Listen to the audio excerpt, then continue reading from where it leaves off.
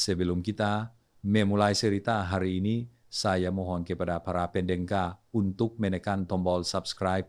Dengan begitu, kita dapat membantu menyebarkan kisah ini kepada lebih banyak orang yang mungkin berada dalam situasi serupa. Dan jangan ragu untuk meninggalkan komentar di bawah. Kita bisa membagikan saran tulus untuk tamu kita. Selamat datang Mas Toan. Terima kasih telah meluangkan waktu untuk hadir di program Cerita Senior ini. Mas Toan, Senior Tantowi Yahya, sedang mendengarkan Anda. Saya mendengar setiap kata yang Anda ucapkan dan tubuh saya terasa dingin. Saya telah mendengar banyak kisah tragis di acara ini. Ini bisa menjatuhkan pria manapun sekuat apapun daya. Baru mengetahui bahwa anak yang Anda besarkan, yang Anda cintai selama 3 tahun, bukanlah darah daging Anda. Itu sudah sangat menyakitkan. Ditambah lagi Anda menemukan bahwa Anda sendiri menderita kemandulan. Anda tidak bisa menjadi seorang ayah. Dua rasa sakit itu bersatu dan menyiksa Anda. Anda merasa ditipu, dikhianati, dan merasa tidak berdaya serta tidak berguna. Saya mengerti perasaan kehilangan segalanya. Yang Anda rasakan itu sangat mengerikan. Tapi Mas Ton, Anda harus tenang. Sekejam apapun kebenarannya, kita harus menghadapinya. Anda duduk di sini bersama saya, yang berarti Anda masih ingin menemukan jalan keluar. Sebuah nasihat.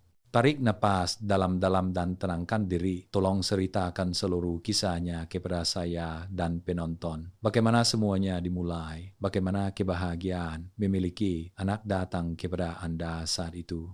Dan mengapa setelah 3 tahun kebahagiaan, Anda mulai merasa curiga? Mengapa Anda sampai melakukan tes takdir itu? Pak Tantowi Yahya, saya duduk di sini, tapi rasanya jiwa saya sudah terbang entah kemana. Saya berusia 30 tahun ini, dan saya adalah seorang tukang bangunan. Saya tinggal di kawasan Jawa Barat. Saya jujur, pekerjaan saya sebagai tukang bangunan itu melelahkan dan sulit. Saya kehujanan, kepanasan, tetapi saya tidak pernah mengeluh sepatah kata pun. Saya pikir saya punya kesehatan. Saya punya 2 tangan. Saya menghasilkan uang untuk istri dan anak. Itu sudah cukup membahagiakan. Tapi Pak Tantowi, kebahagiaan itu ternyata hanya gelembung sabun saja. Indah, berkilauan, tetapi rapuh dan palsu. Saya sedang memegang 2 lembar hasil tes laboratorium. 2 lembar kertas yang saya sebut sebagai 2 hukuman mati dalam hidup saya. Tahukah Anda apa isinya? 1 lembar adalah hasil tes DNA hubungan ayah dan anak. Dikatakan bahwa si Sony, anak laki-laki saya yang berusia 3 tahun, anak yang saya cintai lebih dari hidup saya sendiri. Anak yang setelah saya pulang kerja dengan Lela, hanya dengan mendengar dia memanggil ayah, semua kelelahan saya hilang. Dia bukan anak saya. Dia sama sekali tidak memiliki setetes darah saya. Dan lembar kedua, Pak Tantowi Yahya. Lembar kedua adalah hasil pemeriksaan andrologi saya. Dokter menyimpulkan bahwa saya mandul. Saya tidak memiliki sperma. Kemungkinan saya memiliki anak secara alami hampir 0. Pak Tantowi Yahya, apakah Anda mengerti perasaan itu? Dalam waktu yang sama, saya menerima 2 berita yang seperti sambaran petir. Saya kira saya memiliki segalanya. Istri cantik, anak penurut. Ternyata saya tidak punya apa-apa. Saya benar-benar kosong. Istri saya, dia telah menipu saya dengan sangat menyakitkan. Saya membesarkan anak orang lain selama 3 tahun ini. Saya merawatnya dengan cermat. Saya bangga padanya. Dan sekarang saya baru tahu bahwa saya adalah suami yang paling bodoh di dunia. Saya kehilangan segalanya, Pak. Saya kehilangan kepercayaan pada istri saya. Saya kehilangan anak yang saya kira adalah darah daging saya. Dan yang lebih menyakitkan, saya kehilangan harapan untuk menjadi seorang ayah di masa depan. Saya adalah pria tidak berguna, tidak bisa punya anak. Ditambah lagi, saya diselingkuhi, membesarkan anak orang lain. Saya sangat malu, Pak. Saya ingin mati saja. Tapi saya melihat si Sony. Dia polos, dia tersenyum pada saya. Dan saya tidak tega. Apa yang harus saya lakukan, Pak?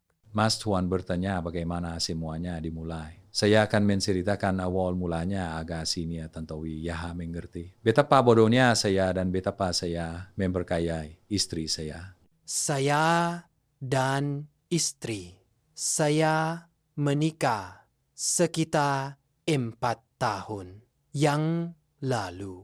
Saat itu saya berusia 26 tahun dan istri saya Lieng berusia 20. Orang tua kedua belah pihak saling kenal. Mereka melihat kami pasangan yang kokoh lalu menikahkan kami. Setelah menikah kehidupan kami sangat sederhana. Saya bekerja sebagai tukang bangunan. Saya ikut mandor di sekitar desa. Saya pergi pagi dan pulang malam. Istri saya bekerja di sawah. Dia mengerjakan beberapa petak sawah. Saat senggang, dia mengupas kacang, melakukan pekerjaan menjahit, kesil-kesilan di rumah. Ekonomi kami memang tidak kaya, tapi cukup untuk makan dan hidup. Kami pasangan baru yang saling mencintai dan sangat bahagia, Pak. Setelah menikah, kami langsung memutuskan untuk tidak menggunakan KB sama sekali. Saya adalah satu-satunya anak laki-laki di keluarga. Orang tua, saya sangat berharap untuk segera menimang kuku. Orang tua di kampung Pak setelah menikah, mereka hanya berharap segera punya anak. Saya sendiri juga suka anak-anak. Saya ingin punya 2 atau 3 anak berturut-turut agar rumah ramai. Namun, Pak Tantowi Yaha, masalah anak tidak semudah yang kami bayangkan. Kami mencoba selama lebih dari 1 tahun. Perut istri saya tetap rata, tidak ada tanda-tanda kehamilan. Awalnya, saya santai saja. Saya pikir anak adalah takdir. Kami akan menerimanya kapanpun. Tuhan memberikannya, tetapi sering berjalannya waktu, tekanan itu semakin membesar, Pak. Pertama, dari pihak keluarga. Orang tua, saya sangat cemas. Setiap kali makan, ibu saya akan menghela napas panjang. Dia akan menyindir. Kenapa rumah orang lain yang menikah beberapa bulan setelah kita anaknya sudah bisa tengkurap. Rumah kita sepi sekali, ya. Lalu tetangga, omongan tetangga di kampung itu sangat kejam, Pak. Saya pulang kerja. Saya melewati gang. Beberapa ibu-ibu yang sedang berkumpul akan menunjuk. Tuan yang tinggi besar begitu mandul. Ya, atau istrinya. Yang seperti itu tidak tahu bagaimana cara punya anak. Kata-kata itu seperti jarum yang menusuk hati saya. Istri saya, Lien, dia juga sangat sedih. Dia sering menangis diam-diam. Kadang-kadang di malam hari, saya melihat dia gelisah, menghela napas. Dia terus berkata, kepada saya. Mas, bagaimana kalau kita periksa? Jangan-jangan ada masalah dengan saya. Saya kasihan pada istri saya. Lalu saya menepisnya. Saya bilang, tidak apa-apa. Kita masih muda. Baru menikah lebih dari setahun. Tidak perlu khawatir. Kamu makan saja yang banyak. Jaga pikiranmu agak santai. Nanti anak itu akan datang sendiri. Jangan dengarkan omongan orang. Saya memang berkata begitu dengan yakin. Padahal di dalam hati, saya juga sangat khawatir. Saya mulai mencari obat-obatan herbal. Siapapun yang merekomendasikan guru atau obat yang baik, saya akan membelinya. Kami meminumnya sampai badan kami selalu berbau obat. Tetapi kabar baik tetap tidak terdengar. Suasana di rumah menjadi suram dan berat. Pak. Lalu suatu hari, sekitar 4 tahun yang lalu, saat itu kami sudah menikah lebih dari 1,5 tahun. Istri saya berdiskusi dengan saya. Dia berkata, Mas, saya rasa bekerja di sawah itu melelahkan dan hasilnya tidak menentu. Ditambah lagi saya di rumah sepanjang hari.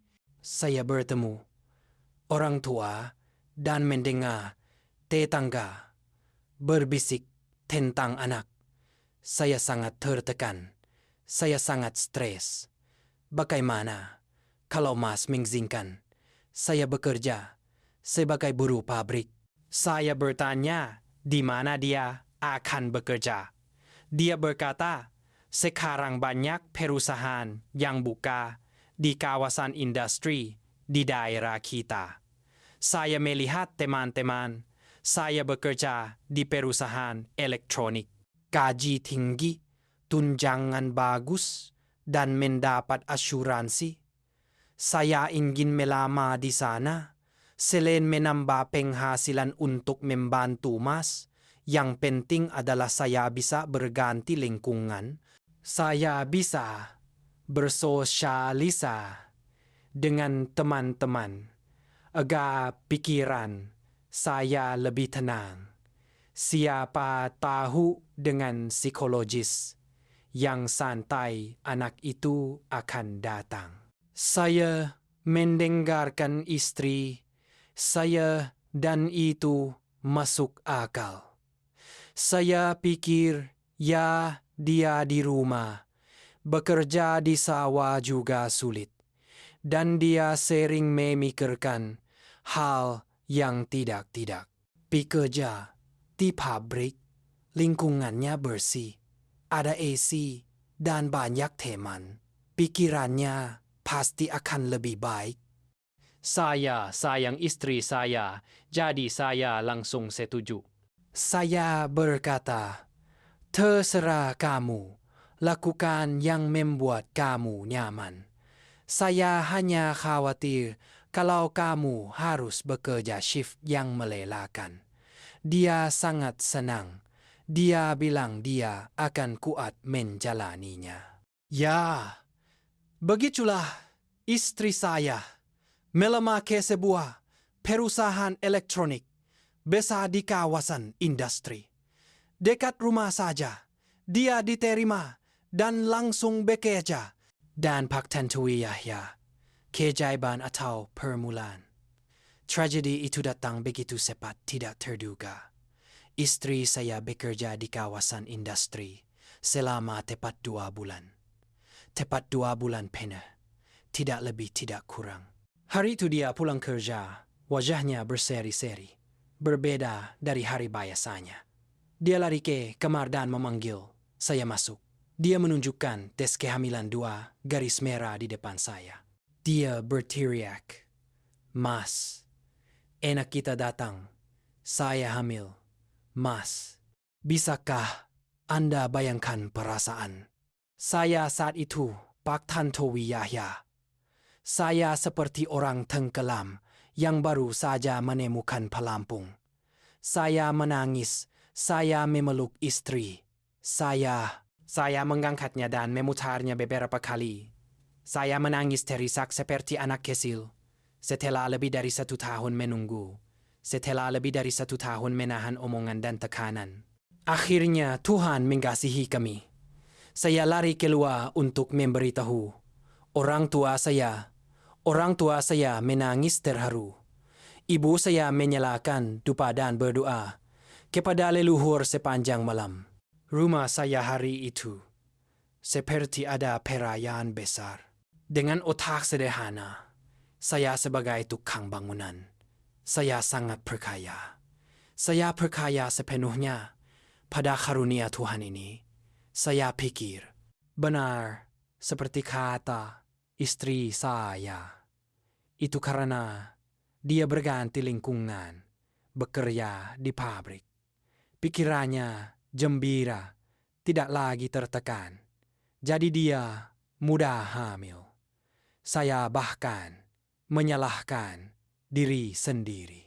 Mengapa saya tidak mengizinkan istri saya bekerja lebih awal? Saya pikir kawasan industri itu benar-benar tempat yang baik. Itu telah membawa kebahagiaan terbesar dalam hidup saya. Saya memanjakan istri saya sepenuhnya. Sejak dia mengatakan hamil, saya tidak mengizinkannya melakukan pekerjaan berat apapun. Pulang kerja, saya langsung memasak, mencuci, dan bersih-bersih. Saya bilang ke istri saya, kamu istirahat saja. Makan yang banyak agar anak kita sehat. Biar urusan rumah tangga, saya yang urus semuanya. Saya merawatnya dengan sangat cermat. Saya membelikan susu hamil, membelikan buah-buahan. Apapun yang diidamkan, saya belikan. Saya hidup dalam kebahagiaan yang polos itu selama 9 bulan 10 hari. Lalu tiba hari kelahiran istri saya. Lalu saat si Sony tumbuh setiap hari, saya tidak pernah sedikit pun merasa curiga. Bahkan sekilas pun saya dibutakan oleh kegembiraan yang luar biasa itu. Pak Tantowi Yahya. Senior Tantowi Yahya, mendengarkan Anda, Mas Tuan. Saya mendengar suara Anda saat Anda menceritakan hari. Anda menerima kabar baik. Suara itu masih bergetar, masih dipenuhi dengan kebahagiaan hari itu. Itu membuktikan betapa besar kebahagiaan itu bagi Anda. Betapa susinya itu Anda seorang suami yang mencintai istrinya, seorang pria yang mendambakan menjadi ayah. Pasti menangis bahagia ketika melihat alat TS kehamilan 2 garis. Reaksi itu, kepekayaan itu dari Anda adalah hal yang wajar, hal yang sangat manusiawi. Tidak ada suami, tidak ada satupan suami pada saat kebahagiaan yang paling pankak itu akan menkurikai atau menghitung hari dengan teliti. Apalagi ketika Anda dan istri Anda telah menunggu dengan penuh kerinduan selama lebih dari 1 tahun. Anda pikir itu adalah karunia Tuhan. Anda pikir itu adalah hasil dari perubahan psikologis dan perubahan lingkungan. Sebuah penjelasan yang sangat logis sesuai dengan pemikiran orang desa yang lugu.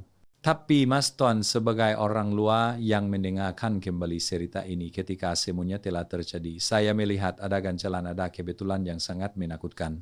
Istri Anda beralih dari seorang pekerja sawah menjadi buruh pabrik di kawasan industri, lingkungan kawasan industri.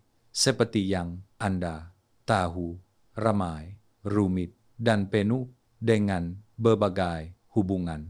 Ada pria, ada wanita. Orang-orang dari mana-mana berkumpul di sana. Dan batas waktu 2 bulan yang Anda sebutkan istri. Anda bekerja tepat 2 bulan lalu mengabarkan hamil. 2 bulan sebuah waktu yang terlalu singkat tetapi juga cukup bagi seorang wanita untuk beradaptasi dengan lingkungan baru, cukup untuk memulai hubungan baru. Dan yang menyakitkan itu juga cukup untuk terjadinya kehamilan dan terdeteksi. Saat itu karena terlalu bahagia, Anda tidak bertanya, tapi sekarang melihat kembali. Apakah Anda melihat kecepatan itu tidak normal? Apakah Anda melihat mengapa lebih dari 1 tahun di rumah? Psikologis juga kadang santai, obat-obatan diminum, tapi tidak hamil. Namun begitu dia melangkah ke lingkungan yang rumit itu, karunia itu datang. Begitu saja, lalu anak itu lahir.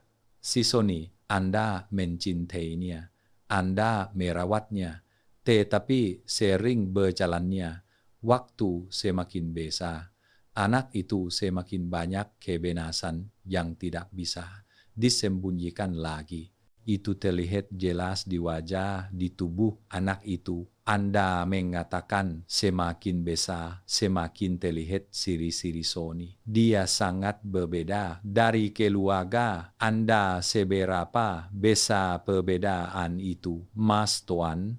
Seberapa jelas perbedaannya, sehingga tidak hanya tetangga tetapi bahkan orang tua Anda, orang-orang yang paling mendambakan kuku, juga harus mulai curiga. Ya, Pak Tantowi Yahya bertanya seberapa besar perbedaannya, seberapa jelas perbedaannya. Saya akan jujur kepada Anda. Itu sangat jelas, sehingga sekarang ketika kebenaran telah terungkap, saya melihat kembali dan menyadari betapa buta, betapa bodohnya saya.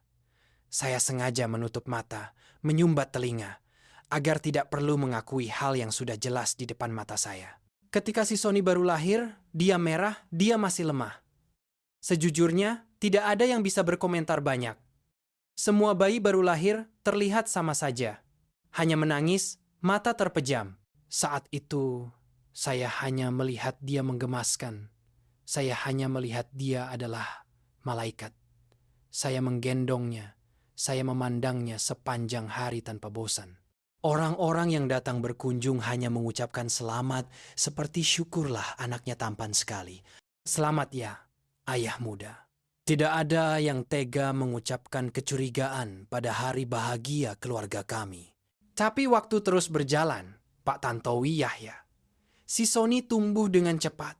1 tahun, 2 tahun, dan sekarang 3 tahun. Semakin besar, ciri-ciri di wajah dan tubuhnya semakin jelas terlihat. Dan itulah saat kecurigaan, bayangan gelap, mulai menyusup ke dalam keluarga kecil saya. Keluarga saya, baik dari pihak ayah maupun ibu. Saya tidak bermaksud menyombongkan diri, tetapi gen kami cukup murni. Orang tua saya, bibi, paman, dan saya sendiri, kami semua berkulit putih bersih enak dilihat. Rambut lurus dan lembut. Mata kami kebanyakan bermata 2, besar dan jelas. Istri saya, Lien, juga berkulit putih, rambutnya panjang hitam pekat. Secara keseluruhan, jika melihat keluarga saya, semua orang melihat ciri khas orang Jawa yang khas. Tapi si Sony berbeda. Sangat berbeda, Pak. Sejak dia bisa berjalan, bisa berlari, orang-orang sudah mulai memperhatikan. Kulit anak itu tidak putih seperti saya atau istri saya. Kulitnya cenderung sawo matang. Warna kulit yang sangat aneh, sangat sehat, tetapi tidak seperti siapapun di rumah. Rambutnya, ini adalah poin yang paling fatal. Rambutnya keriting sekali, Pak. Bukan keriting ringan alami, tetapi keriting rapat ke kulit kepala, kaku, dan hitam pekat. Matanya malah bermata 1, sedikit sipit. Awalnya saya masih berusaha membela diri. Saya berkata, mungkin gen resesif dari leluhur yang tersisa. Saya berkata, mungkin dia mirip kakek buyut atau kakek kanggah zaman dulu. Saya terus menghibur diri saya sendiri seperti itu. Tetapi omongan tetangga di kampung tidak membiarkan saya tenang. Saya tinggal di desa, rumah saling berdekatan. Kami saling membantu, tetapi berita dari satu rumah ke rumah lain juga cepat sekali. Saya ingat suatu kali saya menggendong si Sony, lalu duduk di warung kopi di ujung gang untuk bermain. Beberapa tetangga sedang duduk di sana. Mereka melihat anak itu, lalu melihat saya. Seorang ibu nyeletuk. Suaranya setengah bercanda, setengah serius, tapi seperti pisau yang mengiris hati saya. Wah, anak si Sony ini terlihat aneh ya. Ayahnya putih bersih, ibunya juga manis. Tapi kenapa anaknya hitam legam, rambutnya keriting seperti blasteran barat, begitu? Jangan-jangan anak orang lain yang tersesat. Semua orang tertawa terbahak-bahak. Mereka pikir itu lelukon lucu, tetapi saya terkejut. Saya tersenyum kanggung, saya berkata, "Ah, ibu ini bercanda. Dia hanya mirip kakek buyut zaman dulu saja. Tapi ibu itu belum selesai." Dia menambahkan, "Saya sudah tinggal di desa ini 70 tahun. Saya tahu betul silsilah keluarga kamu. 3 generasi keluarga kamu tidak ada yang rambutnya keriting." Saya jujur, kamu lihat saja. Anak itu tidak ada ciri-ciri Toan sama sekali. Setelah mendengar itu, saya langsung membawa anak saya pulang. Saya tidak berani duduk di sana lagi. Tetapi kata-kata itu terus menancap di kepala saya. Lalu tidak hanya satu orang, tetapi banyak orang. Kemanapun saya pergi, orang-orang berbisik, "Kenapa si Sony tidak mirip ayahnya sama sekali ya? Dia terlihat seperti anak orang lain." Mereka berbicara di belakang. Ada juga yang menyindir di depan wajah saya. Saya bekerja sebagai tukang bangunan di proyek. Teman-teman tukang bangunan juga sering menggoda. "Hei Toan, coba kamu periksa lagi. Saya lihat anak kamu lebih mirip bos di kawasan industri daripada mirip kamu tuh." Mereka bercanda. Tapi saya benar-benar sakit hati. Dan yang paling mengerikan adalah orang tua saya. Ayah dan ibu saya adalah orang yang paling mengharapkan cucu, yang paling menyayangi saya. Tetapi mereka juga tidak bisa menutup mata terhadap kebenaran yang sudah jelas itu. Ibu saya, dia sering diam-diam melihat si Sony, lalu menghela napas. Suatu hari ibu memanggil saya ke kamar. Dia menutup pintu. Dia berbicara serius. Dia berkata, "Ton, ibu sebenarnya tidak mau bicara. Takut kamu dan istrimu bertengkar. Tapi ibu rasa ini tidak benar." Si Sony, ibu merawatnya sejak kecil. Ibu benar-benar menyayanginya. Tapi semakin ibu melihatnya, semakin ibu merasa dia aneh. Hidungnya pesek, bibirnya tebal, rambutnya keriting. Seluruh keluarga kita, kari sampai 3 generasi, tidak ada yang seperti itu. "Kamu, apakah kamu tidak merasa ganjil, nak?" Ayah saya lebih pendiam.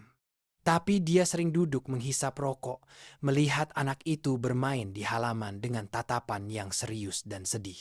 Dia pernah menyindir, pohon apapun akan menghasilkan buah yang sama. Keturunan apapun akan menghasilkan pohon yang sama. Mengapa pohon keluarga kita menghasilkan buah yang aneh seperti ini? Pak Tantowi Yahya, saya berada di tengah-tengah semua omongan itu. Saya seperti orang gila. Di satu sisi, ada cinta yang tak terbatas untuk anak yang telah saya rawat selama 3 tahun. Saya sangat menyayanginya. Dia dekat dengan saya. Dia memanggil saya, "Ayah, ayah." Dia memeluk leher saya saat tidur setiap malam. Perasaan itu nyata, tidak bisa dipalsukan. Saya tidak ingin percaya. Saya tidak berani percaya bahwa dia bukan anak saya. Saya takut jika kebenaran terungkap, saya akan kehilangan dia. Tapi di sisi lain, ada kebenaran yang jelas tentang penampilan.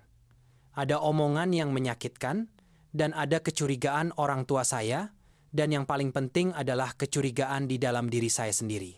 Malam hari, saat tidur di samping istri dan anak saya melihat anak itu tidur pulas. Saya menyalakan senter di wajahnya.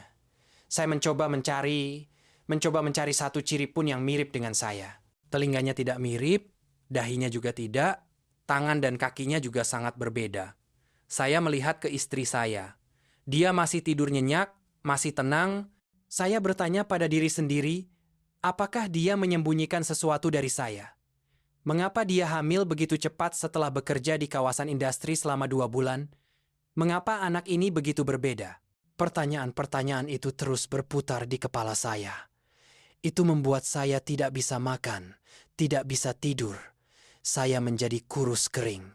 Saya selalu bingung dan linglung. Di dalam hati saya rasanya seperti terbakar, Pak. Itu terus membara, lalu meledak menjadi api yang membakar semua kegembiraan hidup saya. Saya tidak bisa menahan hidup dalam kecurigaan ini lebih lama lagi. Saya butuh jawaban. Meskipun jawaban itu bisa membunuh saya harus tahu. Saya mendengarkan cerita Anda dan saya merasa sesak napas. Mas Tuan, saya mengerti perasaan hidup di neraka dunia yang baru saja Anda gambarkan. Itu bukan rasa sakit fisik, tetapi penyiksaan mental. Penyiksaan yang berkelanjutan yang menggigis seseorang setiap hari, setiap jam. Anda telah mencoba menggunakan cinta untuk menutupi kebenaran. Anda telah mencoba menggunakan pengorbanan seorang ayah untuk melindungi anak kecil itu dari omongan tetangga. Tetapi Mas, rahasia yang disimpan lama akan terungkap juga. Kebenaran tentang darah daging, tentang genetik adalah sesuatu yang sangat ilmiah, sangat kejam dan tidak tahu berbohong. Bisikan tetangga, meskipun jahat dan kejam itu mencerminkan kenyataan objektif. Kenyataan yang kadang-kadang orang yang terlibat seperti Anda karena terlalu mencintai tidak berani melihatnya secara langsung. Buah tidak jatuh jauh dari pohonnya. Pepatah orang tua tidak pernah salah. Perbedaan penampilan yang terlalu besar antara Anda dan si Sony kulit sawo matang dibandingkan kulit putih rambut keriting, dibandingkan rambut lurus, mata satu, dibandingkan mata dua. Itu bukan variasi genetik asak, tetapi itu adalah ciri-ciri genetik yang sangat kuat. Upaya Anda untuk mencari kesamaan dalam kehampaan di tengah malam sungguh menyedihkan. Dan reaksi orang tua. Anda, ayah dan ibu, Anda adalah orang yang berpengalaman. Mereka merindukan kuku untuk meneruskan keturunan lebih dari siapapun. Seharusnya mereka adalah orang yang paling membela ku. Tetapi sampai ibu Anda harus memanggil Anda sendirian ke kamar. Sampai ayah Anda harus menghela napas sambil melihat ke halaman. Itu cukup untuk menunjukkan betapa jelas dan menyakitkannya perbedaan itu. Mereka menyayangi Anda. Mereka takut Anda membesarkan anak orang lain. Mereka takut garis keturunan keluarga. Mereka tercampur. Itu adalah kekhawatiran yang sangat nyata bagi orang tua. Anda berdiri di persimpangan jalan. Di satu sisi ada cinta kebapakan yang suci yang telah Anda bangun selama 3 tahun. Di sisi lain ada harga diri keluarga, ada kebenaran telanjang. Ada rasa sakit karena dikhianati. Anda sudah menahan konflik batin itu terlalu lama dan benar seperti yang Anda katakan, tidak ada yang bisa hidup selamanya dalam kekurikan. Kekurikan itu seperti rakun. Itu akan membunuh cinta, membunuh kepercayaan, dan membunuh diri Anda sendiri. Anda memutuskan untuk mencari kebenaran. Keputusan yang berani, tetapi juga penuh risiko. Dan Anda memilih untuk melakukannya secara diam-diam rahasia. Anda menghadapi hukuman takdir sendirian. Anda pergi melakukan TEE, tolong ceritakan kepada saya tentang perjalanan mencari kebenaran itu. Bagaimana Anda mengambil sampel anak Anda tanpa diketahui istri Anda? Kemana Anda pergi? Bagaimana perasaan Anda saat itu dan saat Saat Anda memegang lembar hasil tes itu, lembar takdir yang pertama, bagaimana itu terjadi? Ya, Pak Tantowi Yahya bertanya, mengapa saat itu saya begitu sakit? Mengapa saya tidak langsung pulang, malah pergi periksa lagi? Pak, saat saya memegang hasil tes DNA di tangan saya, kertas yang memastikan si Sony bukan anak saya sangat marah. Di kepala saya saat itu, selain rasa sakit, muncul pemikiran untuk membalas dendam. Sebuah pemikiran untuk memulai hidup baru segera. Saya pikir, baiklah, kamu menipu saya, kamu mengkhianati saya, kamu adalah wanita jalang yang tidak bermoral. Saya akan meninggalkanmu, saya akan bercerai segera. Saya akan mengusir kamu kembali ke tempat asalmu bersama anak harammu. Saya baru 30 tahun, saya masih muda, saya sehat, saya adalah laki-laki. Saya tidak takut tidak mendapatkan istri lain. Saya akan menikahi wanita yang lebih baik, yang lebih saleh. Dan saya akan punya anak lain. Seorang anak yang membawa darah saya, garis keturunan keluarga saya. Saya akan punya anak agar orang tua saya punya cucu kandung yang sebenarnya, bukan membesarkan anak orang lain untuk ditertawakan orang. Pemikiran itu mendorong saya. Itu membuat saya merasa sedikit lega dalam keputusasaan saya. Saya ingin membuktikan bahwa saya tidak membutuhkan dia. Saya masih bisa menjadi seorang ayah.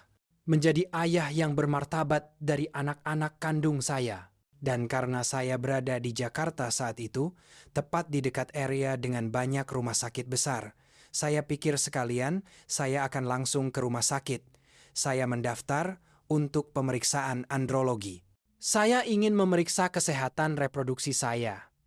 Saya ingin memiliki surat keterangan sehat yang baik, agar setelah bercerai, saya bisa percaya diri untuk menikah lagi.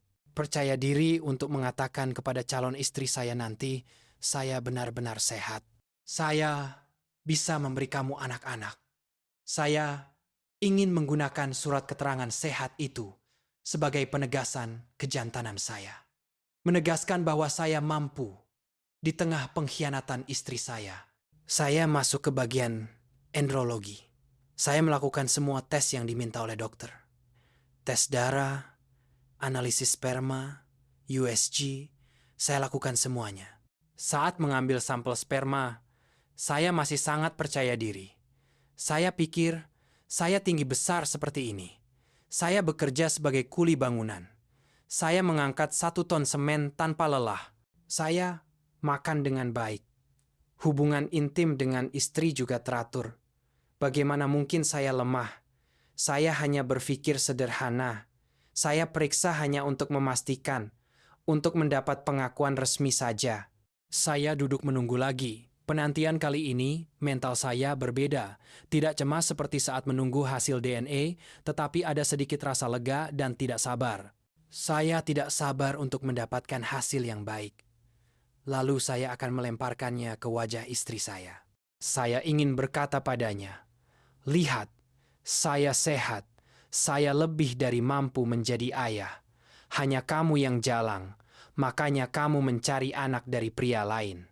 Tapi Pak Tantowi Yahya, Tuhan tidak memberi saya jalan keluar apapun. Dia memblokir semua jalan saya. Dokter memanggil saya ke ruang konsultasi. Berbeda dengan ekspresi tenang sebelumnya. Kali ini dokter melihat saya dengan tatapan yang sangat serius dan juga penuh rasa kasihan. Dokter memegang lembar hasil tes di tangannya. Dia tidak langsung memberikannya kepada saya. Dia bertanya, "Mas Toan, apakah Anda sudah punya anak?" Saya sedikit terhenti. Saya memikirkan hasil tes DNA di saku baju saya. Saya menjawab dengan nada pahit, "Ya, saya kira sudah, tapi ternyata belum, dokter." Dokter mengangguk seolah dia sudah mengerti masalahnya. Dia menghela napas, lalu memberikan kertas itu kepada saya. Dia berbicara perlahan, kata demi kata, seolah takut saya tidak bisa menerimanya. "Anda harus tenang mendengarkan saya. Hasil analisis sperma Anda menunjukkan bahwa tidak ada sperma sama sekali dalam air mani Anda. Saya mendengar, dan saya tidak percaya telinga saya. Saya bertanya lagi, apa kata dokter? Tidak ada sperma itu artinya lemah, ya? Dokter, kalau lemah kan bisa minum obat penguat kan dokter? Dokter menggelengkan kepala. Bukan lemah, tetapi tidak ada. Indeksnya adalah angka 0 bulat. Kami telah memutar sampel air mani dengan cermat, tetapi kami tidak menemukan satu pun sperma. Dikombinasikan dengan hasil tes hormon dan USG, saya sangat menyesal harus memberitahu Anda. Anda menderita infertilitas pria karena faktor bawaan. Saluran sperma Anda bermasalah, atau testis Anda tidak mampu menghasilkan sperma. Dengan kondisi ini, kemungkinan Anda memiliki anak secara alami adalah 0. 0. Dua kata itu bergema di kepala saya, seperti sambaran petir kedua kalinya di hari itu. Saya memegang lembar kedua ini. Tangan saya bergetar lebih hebat dari sebelumnya. Mata saya tertuju pada kalimat kesimpulan profesional. Mandul. Saya ambruk untuk kedua kalinya. Kali ini bukan lagi rasa sakit karena ditipu, tetapi keputusasaan. Keputusasaan yang paling dalam dari seorang laki-laki. Ternyata saya tidak bisa menjadi ayah. Saya tidak bisa punya anak. Mimpi untuk menikahi wanita lain, punya anak kandung, untuk membalas dendam, meneruskan keturunan. Yang baru saja saya gambarkan 1 jam yang lalu, hancur berkeping-keping. Hancur tepat di depan mata saya. Saya duduk terdiam di kursi dokter. Saya tertawa. Saya tertawa seperti orang gila. Dokter melihat saya dengan rasa kasihan. Dia menghibur saya tentang bayi tabung, tentang operasi. Tetapi saya tidak mendengarkannya lagi. Saya hanya tahu satu hal. Saya adalah sampah. Saya menyeret diri keluar dari rumah sakit, membawa 2 lembar kertas. 1 di saku baju kiri. Anak itu bukan anakmu. 1 di tangan kanan, kamu tidak bisa punya anak. 2 lembar hukuman mati itu menjepit hidup saya. Mencekik saya. Saat itu, saya baru menghubungkan semuanya. Saya baru menyadari bahwa kebenarannya lebih mengerikan daripada yang saya bayangkan. Ternyata selama lebih dari 1 tahun kami mencoba punya anak dan tidak hamil. Penyebabnya bukan takdir, bukan istri saya, tetapi saya. Karena saya mandul. Saya sendiri adalah orang yang tidak bisa punya anak. Dan istri saya. Dia bekerja di kawasan industri selama 2 bulan, lalu hamil. Mungkinkah dia sudah tahu, atau dia tidak tahu saya mandul? Dia hanya beruntung. Dia selingkuh. Dia hamil dengan pria lain. Dan kehamilan haram itu, secara tidak sengaja, malah menjadi penyelamat bagi pernikahan kami yang buntu. Itu mengisi kekosongan yang tidak bisa saya isi. Dia membawa kehamilan itu pulang. Seluruh keluarga saya gembira. Saya gembira. Saya memanjakannya. Keluarga kami harmonis. Ternyata semua keharmonisan itu, kebahagiaan itu, dibangun di atas pengkhianatan dia dan ketidakberdayaan saya. Dia telah menipu saya dengan sangat menyakitkan. Dia menipu seluruh keluarga saya. Dia membuat saya membesarkan anak orang lain, mencintainya sepenuhnya. Dan sekarang saya sadar, saya bukan siapa-siapa. Saya hanya seorang pria mandul yang dikhianati dan membesarkan anak haram orang lain. Pak Tantowi Yahya, saya benar-benar kehilangan segalanya. Saya tidak punya jalan mundur.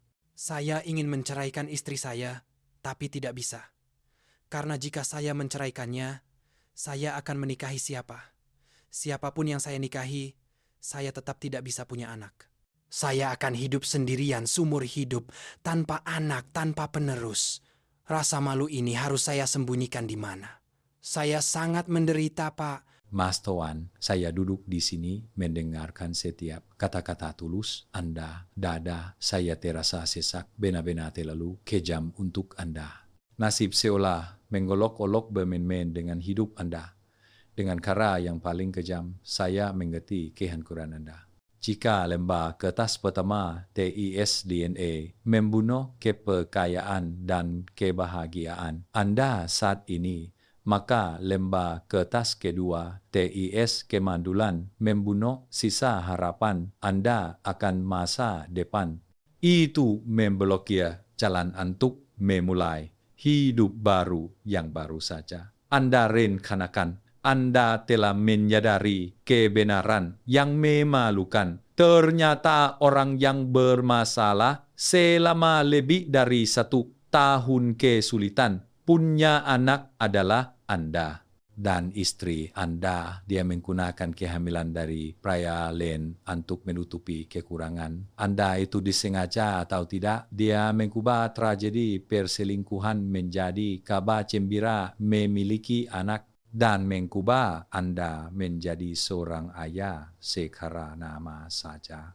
Anda berada dalam penderitaan yang luar biasa. Tapi Mas Ton, setelah menerima doa, sambaran petir itu di Jakarta, apa yang Anda lakukan? Apakah Anda langsung pulang? Bagaimana Anda menghadapi istri Anda selama seminggu terakhir? Anda bilang Anda belum mengatakan apa-apa kepadanya. Jadi bagaimana Anda hidup di rumah itu?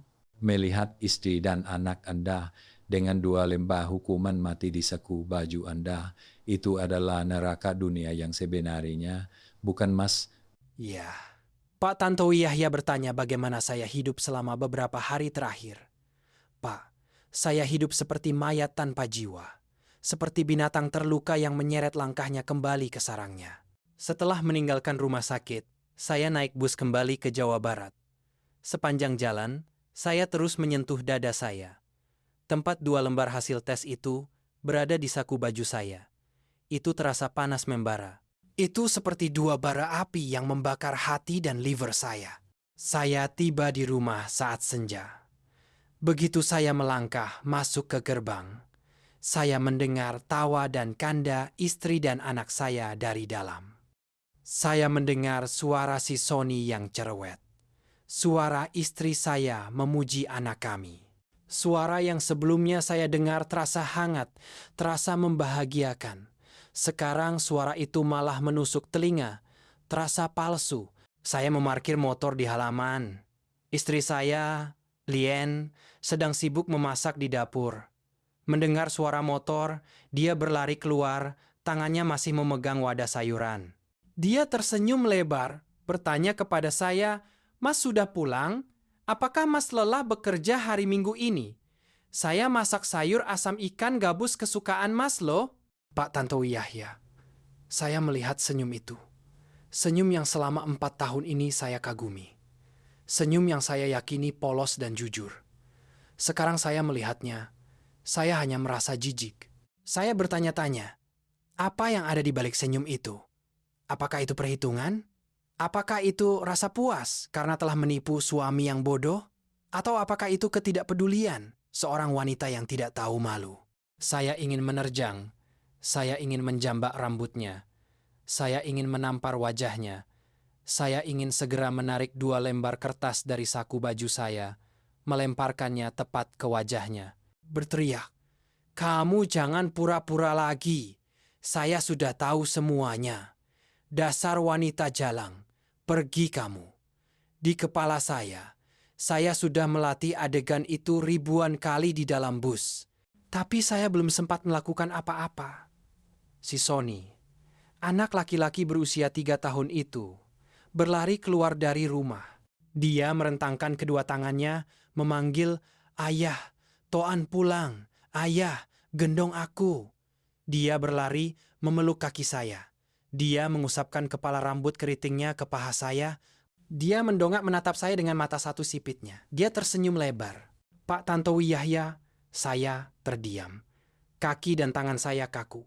Saya melihat anak itu. Anak yang telah saya gendong sejak dia merah. Anak yang telah membuat saya begadang semalaman ketika dia sakit. Anak yang telah saya ajari berjalan dan berbicara. Dia memanggil saya ayah. Dia memeluk saya dengan semua cinta seorang anak berusia 3 tahun. Kertas di saku baju saya mengatakan, dia bukan anak saya, tapi hati saya. Hati saya terasa sangat sakit. Saya tidak tega. Saya bersumpah, Pak, saya tidak tega mendorongnya menjauh. Saya juga tidak tega membiarkannya melihat ayahnya memukul ibunya, memaki ibunya tepat di depannya. Saya berdiri di sana, menahan air mata di dalam. Saya dengan kanggung meletakkan tangan saya di kepala anak itu, mengusap-usap rambut keritingnya. Rambut keriting yang dulu saya pertanyakan, sekarang saya sudah tahu jawabannya. Saya berkata padanya, suara saya tercekat. "Yah, ayah pulang. Sony masuk ke rumah main. Ayah mau mandi dulu." Saya menghindar. Saya lari ke kamar mandi. Saya menyalakan air dengan sangat deras untuk menutupi suara tangisan saya. Saya memukul dinding sampai berdarah.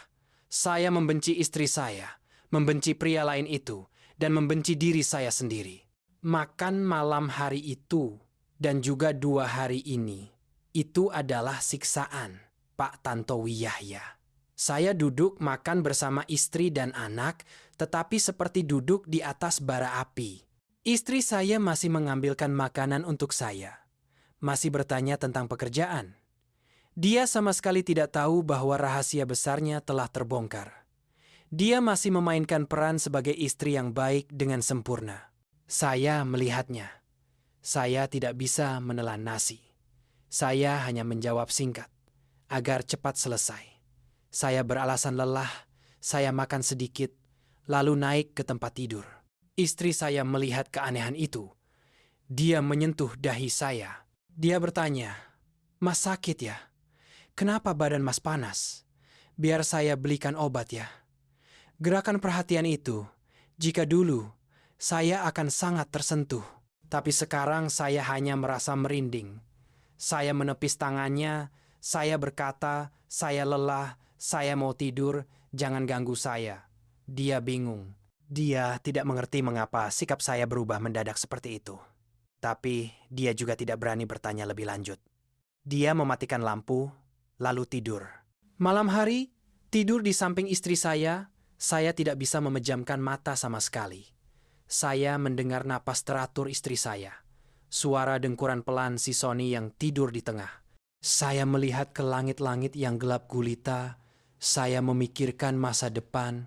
"Pak Tantowi Yahya, saya sudah berencana membuat keributan.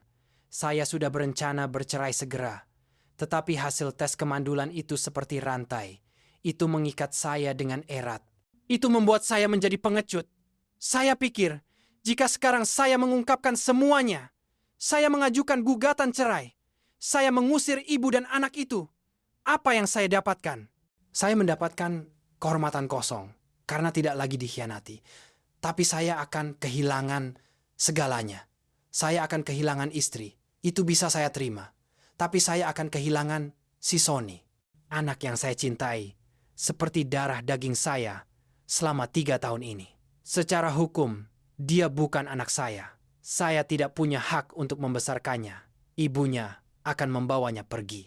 Saya tidak akan pernah mendengar dia memanggil ayah lagi. Dan yang lebih mengerikan, saya akan kehilangan kesempatan untuk menjadi ayah seumur hidup saya. Dokter bilang, saya mandul bawaan, tidak punya sperma. Artinya meskipun saya menikahi wanita lain, saya tetap tidak bisa punya anak. Saya akan hidup sendirian, terpencil sampai tua, tanpa anak, tanpa penerus. Orang tua saya, keluarga saya akan terputus keturunannya. Pikiran itu membuat saya takut, Pak.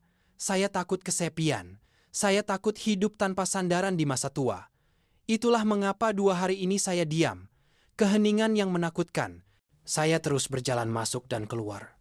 Melihat istri, melihat anak saya. Hati saya penuh konflik. Setengah dari diri saya ingin membongkar semuanya agar lega. Setengah lainnya ingin pura-pura tidak tahu apa-apa. Saya ingin menelan rasa pahit ini demi mempertahankan si Sony. Demi mempertahankan kedok keluarga bahagia ini. Agar saya tetap bisa menjadi ayah, meskipun hanya ayah secara nama saja. Saya sangat menderita, Pak. Saya melihat si Sony, hati saya hancur karena kasihan. Dia tidak bersalah sama sekali. Dia tidak bisa memilih orang tua yang melahirkannya. Dia hanya tahu saya adalah ayahnya.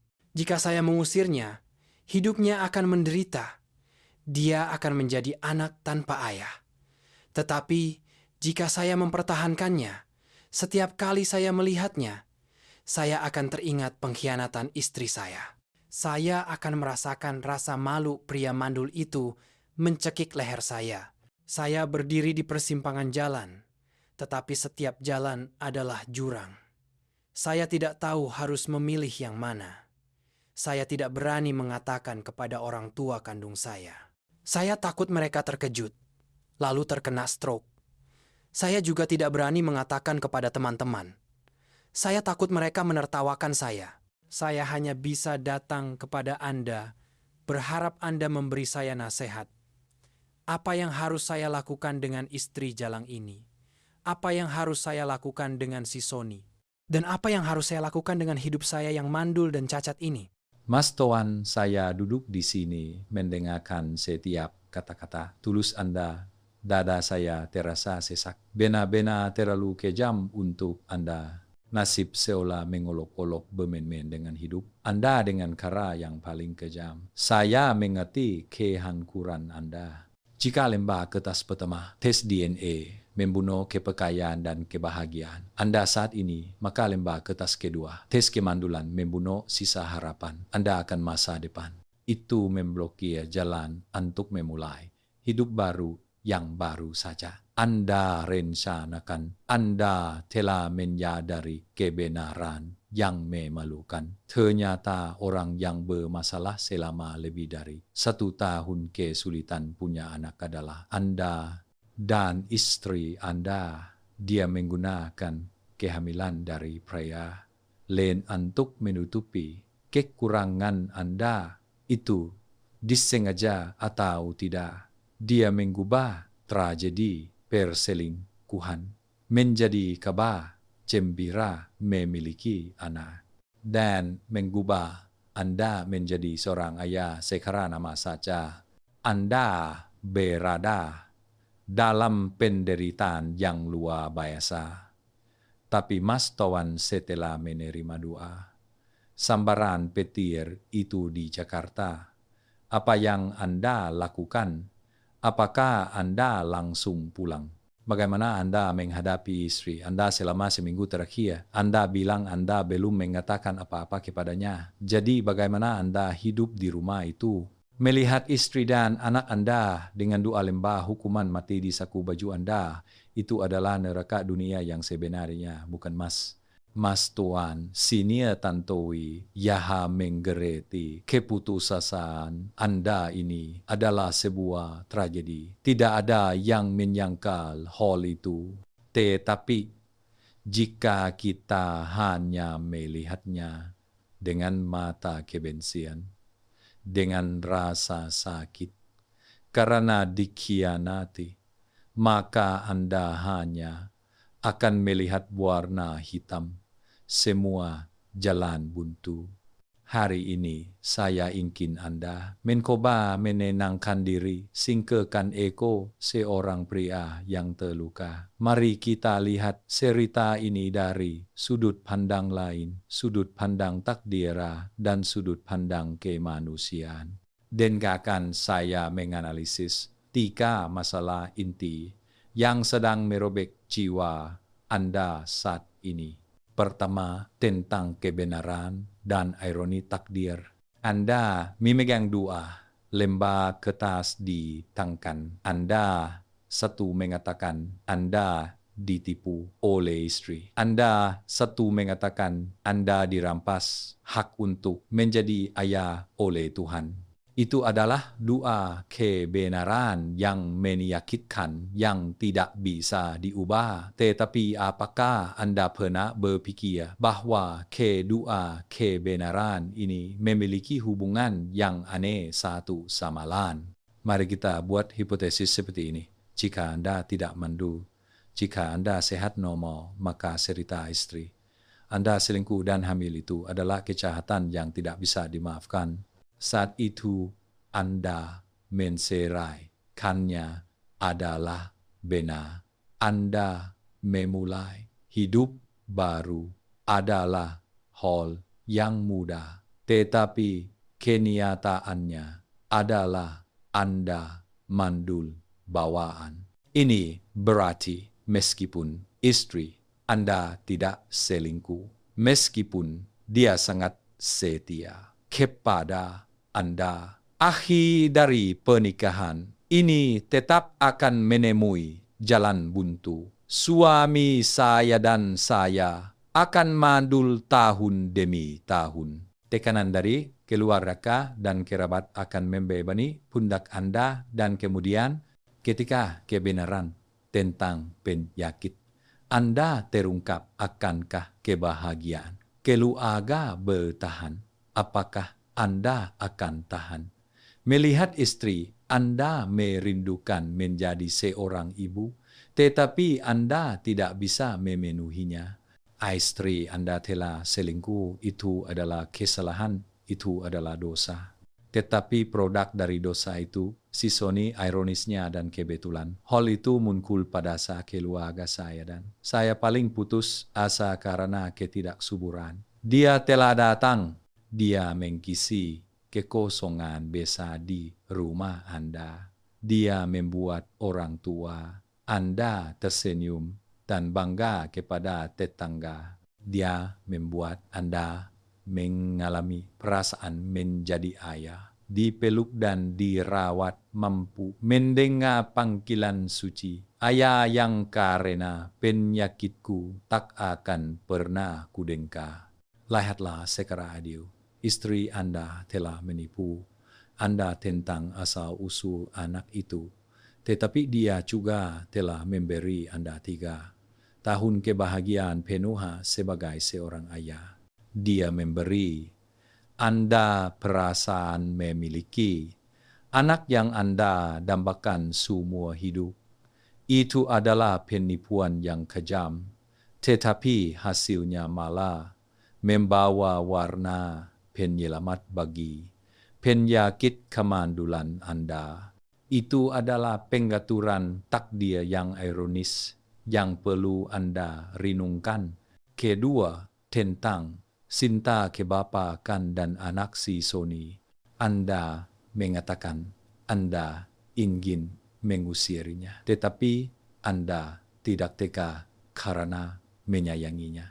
Itu membuktikan bahwa Anda adalah pria yang berhati baik. Mas, orang selalu bilang kerja keras merawat lebih berharga daripada darah daging. Pria manapun di kawasan industri itu, dia hanya menyumbangkan setetes darah. Dia tidak pernah begadang semalaman menggan. Popok anak dia tidak pernah menyuapi anak dengan bubur. Dia tidak pernah khawatir ketika anak demam. Dia bukan ayah yang sebenarnya dari si Sony adalah Anda. Dalam pikiran anak itu, dalam hatinya, hanya ada satu orang, yaitu Anda, pria bernama Toan, seorang tukang bangunan dengan kulit sawo matang karena matahari. Pria yang setiap sore pulang kerja, dia akan berlari memeluk kaki Anda. Selama 3 tahun ini, kasih sayang yang Anda berikan kepadanya adalah nyata. Kasih sayang yang dia berikan kepada Anda juga nyata. Kenangan indah, senyuman, pelukan, semuanya nyata. Lembah hasil tes DNA itu hanyalah kertas ilmiah. Itu hanya membuktikan secara biologis. Itu tidak bisa menyangkal, tidak bisa menghapus 3 tahun ikatan darah daging secara spiritual antara Anda dan anak itu. Jika Anda menolaknya, Anda mengembalikannya kepada ibunya. Apa yang akan Anda rugikan? Anda kehilangan anak yang baik, Anda membunuh citra ayah yang hebat di hati anak itu. Dan yang lebih penting, Anda membunuh bagian ayah yang hidup dalam diri Anda sendiri. Anda akan kembali menjadi pria mandu yang kesepian. Apakah Anda yakin Anda tahan dengan kekosongan itu? Ketika tawa si Sony sudah akrab bagi Anda setiap hari. Ketiga, dan ini adalah hal yang paling sulit tentang istri Anda. Saya tidak membela tindakan perselingkuhan. Tetapi saya ingin Anda melihatnya secara lebih komprehensif selama 3 tahun terakhir. Singkirkan masalah kehamilan itu. Lihatlah cara dia hidup, cara dia menjadi istri dan menantu. 3 tahun terakhir, selain menyimpan rahasia, ini bagaimana dia memperlakukanmu? Apakah dia merawat Anda setiap kali Anda makan dan tidur? Apakah dia berbakti kepada orang tua Anda? Apakah dia mengurus keluarga atau apakah dia orang yang malas, kurang ajar, meremehkan suami dan anak? Jika dia adalah istri yang buruk, jalan dalam arti sebenarnya, meninggalkan keluarga untuk pria lain, maka Anda tidak perlu berpikir, ceraikan dia segera. Tetapi jika dia masih menjadi istri yang baik, ibu yang kompeten, masih mencintai Anda, masih khawatir ketika Anda sakit, seperti kemarin, dia ingin membelikan Anda obat, maka kita harus ajukan pertanyaan, mengapa dia melakukan itu lagi? Mungkin dia melakukan kesalahan saat pertama kali bekerja, tergoda atau lemah. Ketika dia tahu dia hamil, dia panik. Dia takut kehilangan keluarga, takut ditinggalkan oleh Anda. Dan dia mengenalku keinginan untuk memiliki. Anakku, dia telah memilih cara diam-diam mempertahankan anak itu, menggunakannya untuk menyatukan keluarga, untuk membawa kegembiraan bagi Anda. Itu adalah keputusan yang salah, sebuah penipuan. Tetapi motifnya, hal itu mungkin karena rasa takut dan keinginan untuk menjaga kebahagiaan keluarga, belum tentu karena niat jahat untuk menyakiti anak. Mas Tuan, saya menganalisis seperti ini agar Anda melihat bahwa gambaran ini bukan hanya hitam dan putih. Itu juga memiliki area abu-abu, kemanusiaan dan takdir.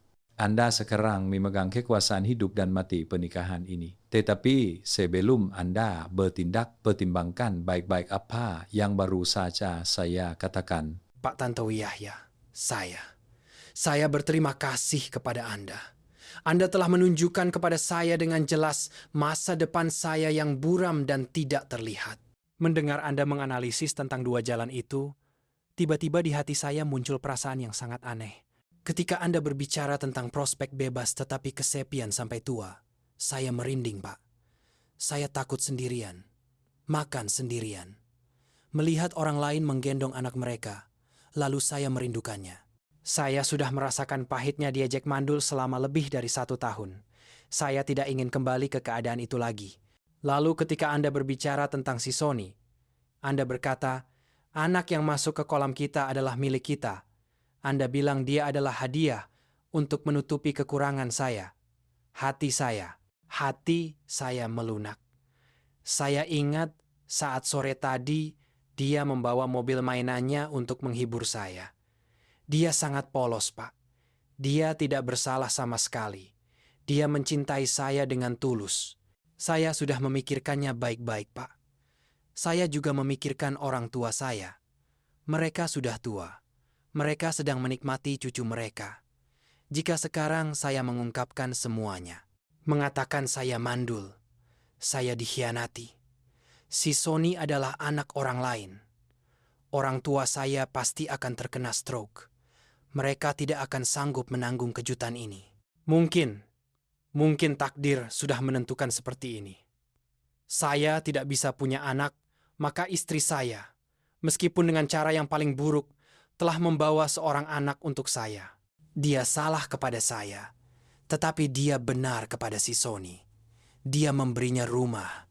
Saya akan mencoba, Pak Tantowi Yahya. Saya akan mencoba memilih jalan kedua. Jalan kasih sayang. Ini sulit.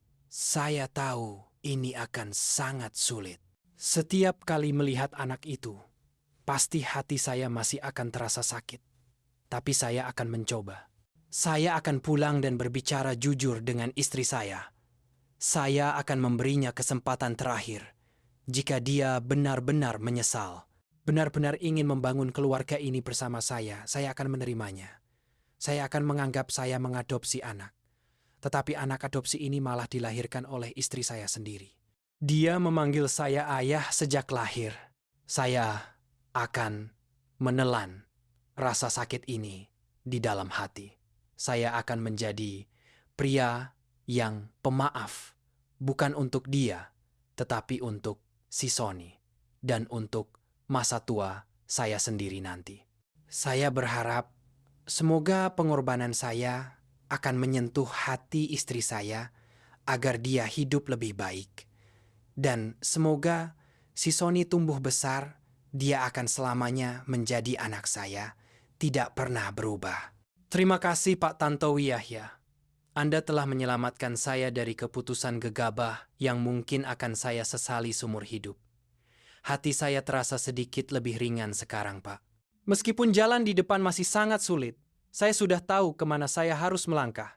Saya akan melangkah menuju anak laki-laki saya. Mas Toan, saya sangat menghargai keputusan Anda. Itu bukan keputusan pria yang lemah, tetapi keputusan pria dewasa, berwibawa, dan penuh belas kasih. Anda telah memilih bagian yang sulit untuk diri sendiri. Anda melakukannya untuk mempertahankan senyuman anak kecil, untuk mempertahankan kegembiraan orang tua. Itu adalah pengorbanan yang luar biasa. Saya percaya bahwa kebaikan akan mengalahkan segalanya. Ketulusan hati Anda akan dibalas. Ketika Anda membuka hati untuk menerima si Sony sebagai anak kandung, tanpa sedikit pun keraguan, maka dia benar-benar anak kandung Anda. Darah daging adalah satu hal. Tetapi cinta kebapakan yang dibangun dengan pengorbanan dan pengampunan itu jauh lebih abadi.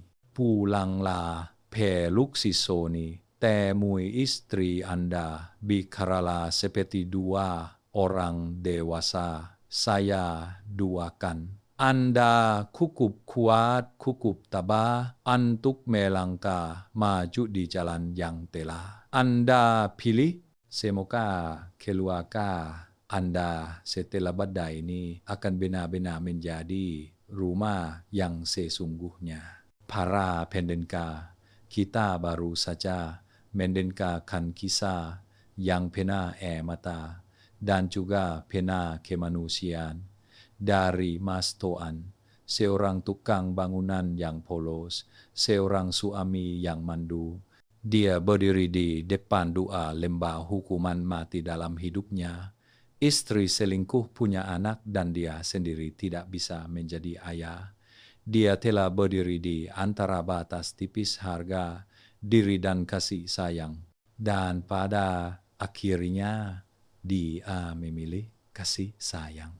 Dia memilih untuk memaafkan, memilih untuk menerima anak yang tidak sekandung darah. Dia melakukannya untuk mempertahankan rumah tangga, untuk bisa menjadi ayah. Beberapa orang akan mengatakan dia bodoh. Dia membesarkan anak orang lain.